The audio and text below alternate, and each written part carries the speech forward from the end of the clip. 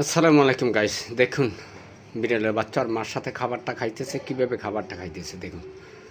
কিন্তু খাবার খায়, ওদের আবার দুষ্টুমি করতেছে।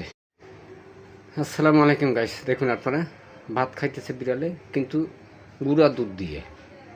গুঁড়া দুধ না দিলে সে ভাত খাবে না। দেখুন একদম খাইয়ে কী সুন্দর উপরে উঠতে গেছে, কী সুন্দর যে আরামে বসে আছে।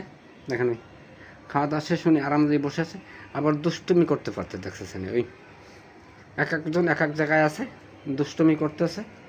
খাবার শেষ দুষ্টুমি শুরু হয়ে গেছে। এই দেখুন, এই যে এই যে আপনারা দেখতে দেখুন কী করতেছে, পাগলামিটা কী করতেছে।